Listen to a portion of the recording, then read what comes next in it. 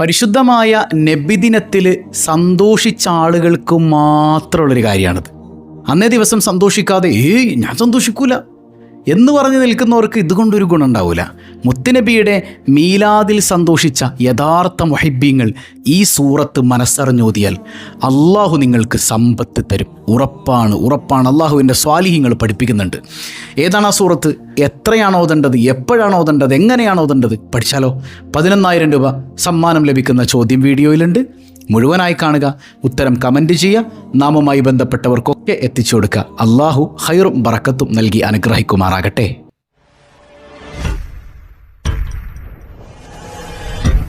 അസ്സലാമു അലൈക്കും വറഹ്മത്തുള്ളാഹി വബറകാതുഹു. എന്തൊക്കെയുണ്ട് എല്ലാവരുടെയും വിശേഷം?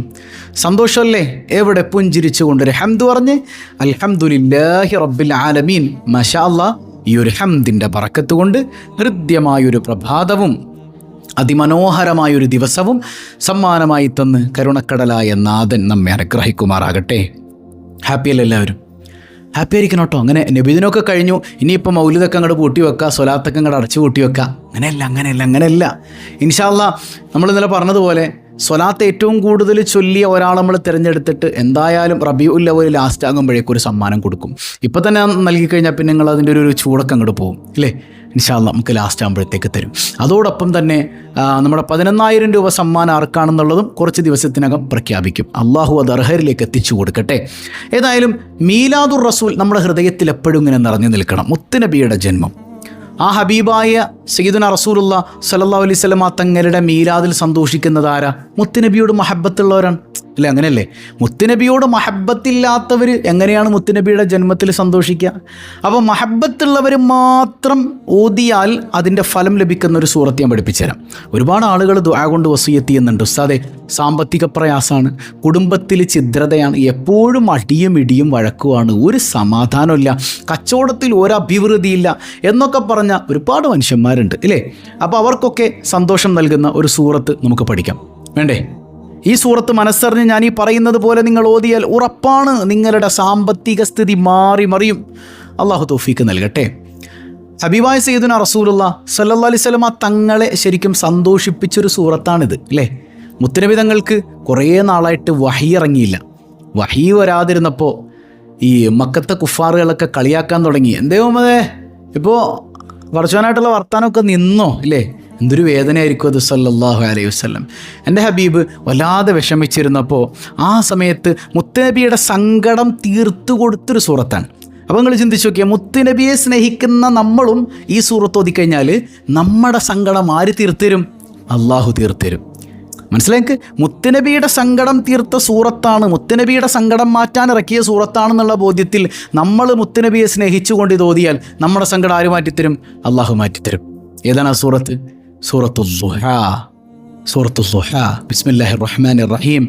വല്ളുഹാ വല്ലൈലി ഇദാ സജാ മാ വദ്ദഅക റബ്ബുക വമാ ഖലാ വലൽ ആഖിറതു ഖൈറുൽ ലക മിനൽ ഊലാ വലസൗഫ യുഅതീക റബ്ബുക ഫതർദാ അലം യജിദ്ക യതീമൻ ഫആവാ വവജദക ضالًا ഫഹദാ വവജദക عائلا فأغنى فأما اليتيم فلا تقهر وأما السائل فلا تنهر وأما بنعمة ربك فحدث. സുബ്ഹാനല്ലാഹ്. ഈ സൂറത്ത് വല്ളുഹാ വല്ലൈലി ഇദാ സജാ, പ്രഭാതം തന്നെ സത്യം. അള്ളാഹു രാത്രിയും പകലിനെയും ഒക്കെ പിടിച്ച് സത്യം ചെയ്തിട്ട് പറയാൻ, മാ വദ്ദഅക റബ്ബുക വമാ ഖലാ. നബിയെ, അങ്ങയുടെ റബ്ബ് അങ്ങയെ കൈവിടൂലല്ലോ നബിയെ. നമ്മുടെ മനസ്സിലേക്കത് വരട്ടെ. ഈ ടെൻഷൻ അടിച്ചൊക്കെ നിൽക്കുമ്പോഴേ നമ്മളെപ്പോഴും മനസ്സിലേക്ക് കൊണ്ടുവരേണ്ട ഒരായത്താണ് മാ വദ്ദഅക റബ്ബുക വമാ ഖലാ. അങ്ങയുടെ റബ്ബ്, മോനെ നിൻ്റെ റബ്ബ് നിന്നെ കൈവിടൂല എന്ന് നമ്മളിങ്ങനെ പറയണം നമ്മുടെ മനസ്സിനോട്. എന്തിനാ വിഷമിക്കണേ? റബ്ബ് കൈവിടൂല അല്ലേ? വലൽ ആഖിറതു ഖൈറുൽ ലക മിനൽ ഊലാ. ഇതിനേക്കാളൊക്കെ ഹൈറായ ആഖിറം വരാനില്ലേ? അതല്ലേ ഹൈറ്. ഇവിടുത്തെ സങ്കടമൊക്കെ ഒരു സങ്കടമാണോ? അവിടെ നമുക്ക് സുഖം കിട്ടണം വേണ്ടേ? എന്നിട്ട് മുത്തുനബിയോട് പറയാം, വലസൗഫ യുഅതീക റബ്ബുക ഫതർളാ. നബിയെ അങ്ങ് മതി എന്ന് പറയുന്നത് വരെ അങ്ങേക്ക് തന്ന് ഞാൻ തൃപ്തിപ്പെടുത്തും യാ റസൂലല്ലാ. അങ്ങ് മതി എന്ന് പറയുന്നത് വരെ അങ്ങേക്ക് ഞാൻ തരും. അതാണ് ഞാൻ പറഞ്ഞത്. നമ്മൾ നിസ്കരിക്കണത്, നോമ്പ് പിടിക്കണതൊക്കെ ആരുടെ തൃപ്തി കിട്ടാനാ? അള്ളാൻ്റെ തൃപ്തി കിട്ടാൻ. പടച്ചോൻ പണിയെടുക്കണത് ആരുടെ തൃപ്തിക്കാണ്? മുത്തുനബിയുടെ തൃപ്തിക്കാണ്. മുത്തുനബിയെ തൃപ്തിപ്പെടുത്തലാണ് പടച്ചോൻ്റെ ഡ്യൂട്ടി. നമ്മുടെ ഡ്യൂട്ടിയോ അള്ളാഹിനെ തൃപ്തിപ്പെടുത്തലാണ്. അപ്പോൾ അള്ളാഹിൻ്റെ തൃപ്തി കിട്ടണമെങ്കിൽ മുത്ത് റസൂലിൻ്റെ തൃപ്തി നമുക്ക് വേണ്ടേ? മുത്തുനബിയെ തിരിഞ്ഞു നോക്കാതെ, മുത്തുനബിയെ മദഹ് ചൊല്ലാതെ, അവിടുത്തെ മദഹ് ചെയ്യാതെ, സ്വലാത്ത് ചെയ്യാതെ, പ്രണയിക്കാതെ അള്ളാഹിൻ്റെ പൊരുത്തം നമുക്ക് കിട്ടൂല. എത്ര വലിയ കുറ്റിത്താടി ഉണ്ടെങ്കിലും കിട്ടൂല. താടിയിലല്ല ദീൻ. മുത്തുനബിയെ പ്രണയിച്ചുകൊണ്ട് താടി വെക്കണം. അപ്പോഴാണ് അതിന് വാല്യൂ ഉള്ളത്. അപ്പോൾ മാത്രമാണ് ഇതിന് വാല്യൂ ഉള്ളത്. മനസ്സിലായോ? അപ്പോൾ ഈ സൂറത്തിൽ മുത്തുനബിക്ക് വേണ്ടത് എന്താ ശരിക്കും? ഇല്ലേ? മുത്തുനബി സല്ലല്ലാഹു അലൈഹി വസല്ലം തങ്ങൾക്ക് തൃപ്തിയാകുന്നത് എപ്പോഴാണ്? എൻ്റെ ഉമ്മത്തിൽപ്പെട്ട ഒരൊറ്റ കുട്ടിയും നരകത്തിൽ കിടക്കരുത് പടച്ചോനെ. ഇതാണ് മുത്തുനബിയുടെ സന്തോഷം. അതിന് മാത്രമാണ് മുത്ത് റസൂലിന് ആകെയുള്ളൊരു ചോദ്യം. അല്ലേ? ആഖിറത്തിൽ ചെല്ലുമ്പോൾ ഫാത്തിമ എന്നല്ലല്ലോ, ഉമ്മത്തി ഉമ്മത്തി ഉമ്മത്തി. അല്ലാഹുവേ, ഹബീബായ തങ്ങളുടെ യഥാർത്ഥ ഉമ്മത്തുകളിൽ നീ ഞങ്ങളെ പെടുത്തണേ തമ്പുരാനെ. ഏതായാലും ഈ സൂറത്ത് കൊണ്ട് ഒരുപാട് ദുന്യവിയും ഉഖ്റവിയുമായ ലാഭങ്ങളുണ്ട്. ഉഖ്റവിയായ ഒരുപാട് ലാഭം. മുത്തുനബിയോടുള്ള പ്രണയം ഉണ്ടെങ്കിൽ നാളെ മുത്ത് റസൂലുള്ളാഹിൻ്റെ കൂടെ ചേരാൻ ഈ സൂറത്ത് ഉപകരിക്കും. ഇനി ദുനിയാവിൽ തന്നെ ഒരുപാട് ഗുണങ്ങളുണ്ട്. സാമ്പത്തികമായ പരാധീനതകളിലൂടെ കടന്നു പോകുന്ന ആളുകൾ, സാമ്പത്തികമായ നഷ്ടങ്ങൾ, കടബാധ്യത, കച്ചവടത്തിൽ നഷ്ടം, അങ്ങനെ തുടങ്ങി സാമ്പത്തികമായി വല്ലാതെ പ്രയാസപ്പെടുന്ന ആളുകളാണ് നിങ്ങളെങ്കിൽ എല്ലാ ഫർള് നിസ്കാരവും കഴിഞ്ഞിട്ട് ചൊല്ലേണ്ട ദിക്റുകളൊക്കെ ചൊല്ലിയിട്ട് ഒരു 17 തവണ സൂറത്തുൽ ദുഹാ ഓതുക. 17 തവണ. ഒരു 11 ദിവസം പതിവാക്കുമ്പോൾ തന്നെ നിങ്ങളുടെ സാമ്പത്തിക സ്ഥിതിയിൽ മാറ്റങ്ങൾ കണ്ടു തുടങ്ങും, ഉറപ്പാണ്. അപ്പോൾ തന്നെ നിർത്തിക്കളയരുത്, പതിയെ അത് കണ്ടിന്യൂ ചെയ്ത് പോവുക. കുറച്ചാൾ അങ്ങനെ അങ്ങോട്ട് പോട്ടെ. എങ്ങനെ? പരിശുദ്ധമായ 5 വക്ത് നിസ്കാരം കഴിഞ്ഞ് ചൊല്ലേണ്ട ദിക്റുകളൊക്കെ ചൊല്ലിയിട്ട് 17 തവണ സൂറത്തുൽ ദുഹാ പാരായണം ചെയ്യൂലേ? അള്ളാഹു തൗഫീക്ക് ചെയ്യട്ടെ. പിന്നെ ചില ആളുകൾ പറയുന്ന സങ്കടമാണ്, കച്ചവടച്ചരക്ക് അങ്ങനെ കെട്ടിക്കിടക്കാണ്, ഇത് കച്ചവടം ആവണില്ല, ചിലതൊക്കെ വേസ്റ്റ് ആകുകയാണ്. ഇല്ലേ? ഇപ്പം മീൻ കച്ചവടം ചെയ്യുന്നവരുണ്ട്, അല്ലെങ്കിൽ തേങ്ങാ കച്ചവടം ചെയ്യുന്നവരുണ്ട്, അല്ലെങ്കിൽ സ്റ്റേഷനറി കട വെച്ചിരിക്കുന്നവരുണ്ട്. അങ്ങനെ പലതരം ജോലികൾ ചെയ്യുന്ന ആളുകളുണ്ട്, സാധാരണക്കാരായ ആളുകളുണ്ട്. അവർ കച്ചവടത്തിൽ പറക്കത്തില്ല. അവർ ചെയ്യേണ്ട ഒരു സംഗതിയുണ്ട്. ഒരു ഗ്ലാസ് വെള്ളം എടുക്കുക. ഒരു ഗ്ലാസ് വെള്ളം എടുത്തിട്ട് ഒരു 60 തവണ സൂറത്തുൽ ദുഹാ ഒരു ദിവസം ഓതിയാൽ മതി. സൂറത്തുൽ ദുഹാ പാരായണം ചെയ്തിട്ട് അതിൽ മന്ത്രിക്കുക. എന്നിട്ട് ആ വസ്തുക്കളിലേക്ക്, അതായത് വെള്ളം നനഞ്ഞാൽ കുഴപ്പമൊന്നുമില്ലാത്ത വസ്തുക്കളാണെങ്കിൽ ആ വസ്തുക്കളിലേക്ക് എന്ത് ചെയ്യുക? അല്പം ഒന്നിങ്ങനെ തടഞ്ഞു കൊടുക്കുക, ഒന്നിങ്ങനെ കുടഞ്ഞു കൊടുക്കുക അല്ലേ? അങ്ങനെ ചെയ്യുമ്പോൾ ഇൻഷാ അല്ലാഹ് ആ കടയിൽ, ആ വസ്തുക്കളിൽ കച്ചവടം ലഭ്യമാകാൻ സാധ്യതയേറെയാണെന്ന് അള്ളാഹുവിൻ്റെ മഹത്തുക്കൾ പഠിപ്പിക്കുന്നത് കാണാം. പിന്നെ ഇനിയിപ്പോൾ അങ്ങനെ വെള്ളം കുടയാൻ പറ്റാത്ത വസ്തുക്കളാണെങ്കിൽ എന്ത് ചെയ്യണം? ആ കടയിൽ നിന്ന് 60 തവണ സൂറത്തുൽ ദുഹാ ഓതുക. അള്ളാഹു കച്ചവടം എളുപ്പാക്കി തരും. അള്ളാഹു തൗഫീക്ക് നൽകട്ടെ. ഇനി മൂന്നാമത്തെ എന്താണെന്നറിയോ? ഈ ഭാര്യ ഭർത്താക്കന്മാർ തമ്മിൽ വല്ലാത്തൊരു പ്രശ്നമാണേ. ഭയങ്കര സ്നേഹോണിക്കാക്ക് സാധനങ്ങളൊക്കെ മേടിച്ചു തരും, പക്ഷെ റൊമാൻസ് ഇല്ല, ഒരു സംസാരമില്ല. ഒരുമിച്ച് ഇങ്ങനെ കണ്ണോട് കണ്ടു നോക്കിയിരിക്കാനൊന്നും എൻ്റെ മൂപ്പരെ കിട്ടൂല. ഇപ്പം ഞാനൊരു ഹദീസ് പറഞ്ഞു, ഹബീബായ തങ്ങൾ പറഞ്ഞില്ലേ, ഭാര്യയും ഭർത്താവും ഇങ്ങനെ കണ്ണുകൾ നോക്കിയിരിക്കുമ്പോൾ പടച്ചോൻ കാരുണ്യത്തിൻ്റെ നോട്ടം ഇങ്ങനെ നോക്കും. ഞാനിപ്പോൾ നിങ്ങൾ നോക്കിയിരുന്നിട്ട് കാര്യമില്ല, മുമ്പിൽ കെട്ടിയോളാണെങ്കിൽ രസമുണ്ട്, ഇപ്പം നിങ്ങളല്ലേ ഉള്ളത്. അങ്ങനെ നോക്കിയിരുന്നാൽ പടച്ചോൻ്റെ കാരുണ്യത്തിൻ്റെ നോട്ടം കിട്ടും. അപ്പോൾ ഇതേപോലെ ഒരു സഹോദരി കമൻറ്റ് ചെയ്തിട്ടുണ്ട്, ഉസ്താദേ ഞാൻ ഇതേപോലെ എൻ്റെ കെട്ടിയോൻ്റെ മുഖത്തോട്ട് നോക്കാൻ പോയി, അപ്പോൾ കെട്ടിയോൻ എന്നോട് ചൂടായി, നീ എന്തുട്ടാടി നോക്കിയിരിക്കണേന്ന് ചോദിച്ചു. ഈ ചങ്ങായിനൊക്കെ എന്ത് പറയാനാണ്? ഒന്ന് ആലോചിച്ച് നോക്കി. അവിടെ പിന്നെ പടച്ചോൻ്റെ കാരുണ്യം എങ്ങനെ ഉണ്ടാവണത്? അപ്പോൾ ഭാര്യ ഭർത്താക്കന്മാർ തമ്മിൽ സംസാരിക്കണം, റൊമാൻസ് വേണം മക്കളെ, റൊമാൻറ്റിക് ആകണം. ഒക്കെ കെട്ടിയോൻ പറ്റും ഞാനിങ്ങനെ അടുക്കളയിൽ തന്നെ അങ്ങനെ പറഞ്ഞിരിക്കരുത്. നിങ്ങൾ ഇവിടേക്ക് അങ്ങോട്ട് പോകണം. എപ്പോഴും നിങ്ങളുടെ മടിയിലാണ് കെട്ടിയോൻ കിടക്കണമെങ്കിൽ പിടിച്ച് വലിച്ച് കാലം കൊണ്ട് നീട്ടിയിട്ട് ശരി ഞാൻ കിടക്കട്ടെ എന്ന് പറയണം. അങ്ങനെയാണ് കിടന്നോളണം. മനസ്സിലായോ? അപ്പോൾ അങ്ങനെ പരസ്പരം റൊമാൻറ്റിക് സെൻസ് ഇങ്ങനെ ഉണ്ടാകണം. അതിനെന്ത് ചെയ്യേണ്ടതെന്ന് അറിയോ? അത്ര പണിയെടുത്തിട്ട് നമ്മൾ പണിയെടുക്കണം, ചെയ്യേണ്ട കാര്യങ്ങളൊക്കെ നമ്മൾ ചെയ്യണം. റൊമാൻസ് ഉണ്ടാക്കാനായിട്ട് നമ്മളിലൂടെ ചെയ്യേണ്ടതൊക്കെ നമ്മൾ ചെയ്യുന്നതോടൊപ്പം ഒരു കാര്യം കൂടെ ചെയ്യാം, വുളു എടുക്കാം. വുളു എടുത്തിട്ട് ഖിബിലക്ക് അഭിമുഖമായിരുന്ന് 11 തവണ സൂറത്തുൽ ദുഹാ പാരായണം ചെയ്യാം. വുളു എടുത്തിട്ട് ഖിബിലയിലേക്ക് തിരിഞ്ഞിരുന്ന് 11 പ്രാവശ്യം സൂറത്തുൽ ദുഹാ ഓതുക. എന്നിട്ട് അള്ളാഹിനോട് ദുആ, പടച്ചോനെ എൻ്റെ ഇണയുടെ കൽബൊന്ന് എന്നിലേക്ക് തിരിച്ചു തരണേ അല്ലാ. ഈ ദുആ ചെയ്യുന്ന സമയത്ത്, ഈ ദുആ ഓതുന്ന സമയത്ത് ശരീരത്തിൽ അല്പം സുഗന്ധം പുരട്ടൽ നല്ലതാണ് എന്നാണ്. മനസ്സിലായി? നിങ്ങൾ ചെയ്ത് നോക്ക്. നിങ്ങൾ കുറച്ച് ദിവസങ്ങൾ ചെയ്യുമ്പോൾ തന്നെ നിങ്ങളുടെ ഇണകളിൽ, അത് ഭാര്യയാകട്ടെ ഭർത്താവാകട്ടെ, ലൈഫിൽ മാറ്റം നിങ്ങൾക്ക് ആസ്വദിക്കാൻ പറ്റും. ഓക്കെ, ഇനി കുടുംബത്തിന് കാവൽ ലഭിക്കാൻ പല ആളുകളും ഇപ്പോൾ ചില കമൻറ്റുകളൊക്കെ കണ്ട്, ഉസ്താദെ സ്വർണ്ണം നഷ്ടപ്പെട്ടു ദ്വാരക്കണമെന്നാണ്. അള്ളാഹു അത് ലഭിക്കാനുള്ള മാർഗ്ഗങ്ങൾ എളുപ്പാക്കി കൊടുക്കട്ടെ. ഒരുപാട് ദുആവസിയത്തുകൾ. മാരക രോഗങ്ങൾ കൊണ്ട് ബുദ്ധിമുട്ടുന്നവരുണ്ട്, ചിക്കൻ ബോക്സ് പിടിവിട്ടവരുണ്ട്. അള്ളാഹു പരിപൂർണ്ണ ശിഫ ആ കുടുംബത്തിനും അവർക്ക് എല്ലാവർക്കും നൽകി അനുഗ്രഹിക്കുമാറാകട്ടെ. പിന്നെ കുടുംബത്തിന് കാവൽ ലഭിക്കാൻ കള്ളന്മാരുടെ, പിശാചിൻ്റെ, കൂടോത്രത്തിൻ്റെ, സിഹറിൻ്റെ ഒക്കെ ഷെറിൽ നിന്ന് കാവൽ ലഭിക്കാൻ എന്ത് ചെയ്യണമെന്നറിയോ? ഉദയ അസ്തമന സമയം, രാവിലെയും വൈകുന്നേരവും.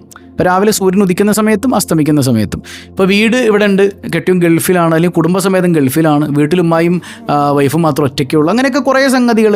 അപ്പോൾ പേടിയാണ്. അങ്ങനെ ഇപ്പോൾ ഭായിമാരൊക്കെ കൊണ്ട് നിറഞ്ഞു. നമ്മുടെ നാട് കേരളമാണോ അല്ലെങ്കിൽ ഇത് ബംഗാളാണോ എന്ന് തോന്നിപ്പിക്കുന്ന രീതിയാണ്. ഇപ്പം ഞാനൊക്കെ താമസിക്കുന്നത് കാക്കനാട്, കുറച്ചിങ്ങനെ കഴിഞ്ഞിട്ട് അങ്ങോട്ട് പോകണം, കാക്കനാട് ഭാഗത്താണ്.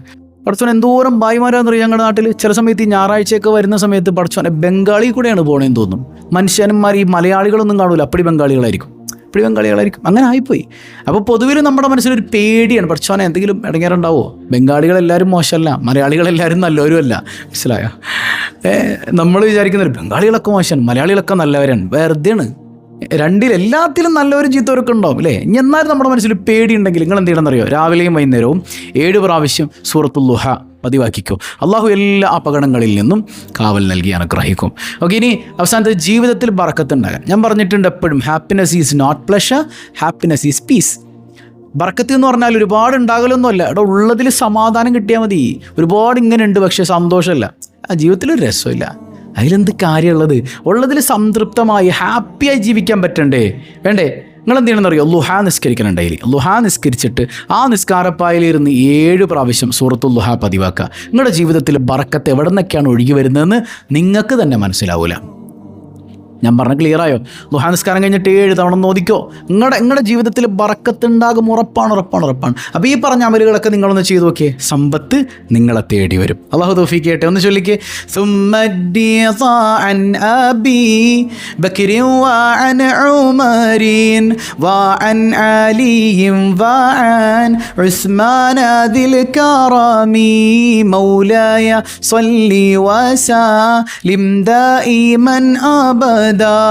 على حبيبك خير الخلق كلهم سعد سعيد زبير طلحة وأبي عبيدة وابن عوف عاشر الكرم مولاي صل وسلم دائما أبدا على حبيبك خير الخلق كلهم يا ربي بالمصطفى بلغ مقاصدنا واغفر لنا ما مضى يا واسع الكرم مولاي صل وسلم دائما أبدا على حبيبك خير الخلق كلهم. അള്ളാഹു സ്വീകരിക്കട്ടെ. മുത്തഹബീബിൻ്റെ തിരുനോട്ടം കൊണ്ട് അള്ളാഹു നമ്മെ അനുഗ്രഹിക്കട്ടെ. നമ്മുടെ റിലീഫ് പദ്ധതിയിലേക്ക്, ആ പ്രയാസം അനുഭവിക്കുന്ന ഉസ്താദിലേക്കും മറ്റ് ബുദ്ധിമുട്ട് അനുഭവിക്കുന്നവരിലേക്കൊക്കെ ഹദിയ ചെയ്യുന്ന ആളുകളുണ്ട്. അള്ളാഹു എല്ലാവരുടെയും ബുദ്ധിമുട്ടുകൾ നീക്കി കൊടുക്കട്ടെ. പിന്നെ നമ്മൾ കഴിഞ്ഞ തവണ ചോദിച്ചത് എന്താ? മുത്തുനബി തങ്ങളോട് സല്ലല്ലാഹു അലൈഹി വസല്ലം സ്വർഗം ചോദിച്ച സ്വഹാബി ആരാണ്? പാതിരാത്രി സമയം റസൂലുള്ളാഹി സ്വല്ലല്ലാഹു അലൈഹി വസല്ലം തങ്ങൾ തഹജ്ജുദ് നിസ്കരിക്കാൻ വരുമ്പോൾ ഒരു സ്വഹാബി തണുത്ത് വരച്ചിട്ട് വെള്ളമായിട്ട് നിൽപ്പുണ്ട്, സയ്യിദുനാ റബീഅ റളിയല്ലാഹു അൻഹു. അത് കണ്ട സന്തോഷത്തിൽ നബി തങ്ങൾ ചോദിക്കുക, സൽ എന്ത് വേണമെങ്കിലും ചോദിച്ചോ, എന്നോട് ഞാൻ തരും. ശിർക്ക് എന്നൊന്നല്ല, എന്ത് വേണമെങ്കിലും ചോദിച്ചോ, ഞാൻ തരും. അസ്അലുക മുറാഫഖതക ഫിൽ ജന്ന. വേറൊന്നും വേണ്ട നബിയെ, സ്വർഗത്തിൽ അങ്ങേരുടെ അടുത്ത് അങ്ങേ കണ്ടിരിക്കാൻ പറ്റിയാൽ മതി, അതാണ് വേണ്ടത്. സ്വർഗത്തിൽ അങ്ങേ നോക്കിയിരിക്കണം. അപ്പോൾ നബി തങ്ങൾ ചവൈറക്ക് വേറെ എന്തെങ്കിലുമൊക്കെ പോരെ? ഇല്ല നബി, അത് തന്നെ വേണം. അത് ഓഫർ ചെയ്യാണ് സയ്യിദുനാ റസൂലുള്ളാഹി സ്വല്ലല്ലാഹു അലൈഹി വസല്ലം. സയ്യിദുനാ റബീഅ റളിയല്ലാഹു അൻഹു ആണ് സ്വർഗം ചോദിച്ചത്. സ്വർഗത്തിലെ ഏറ്റവും വലിയ ആനന്ദം മുത്തുനബിയെ കാണലാണ്. അള്ളാഹു അതിനെ തൗഫീഖ് ചെയ്യട്ടെ.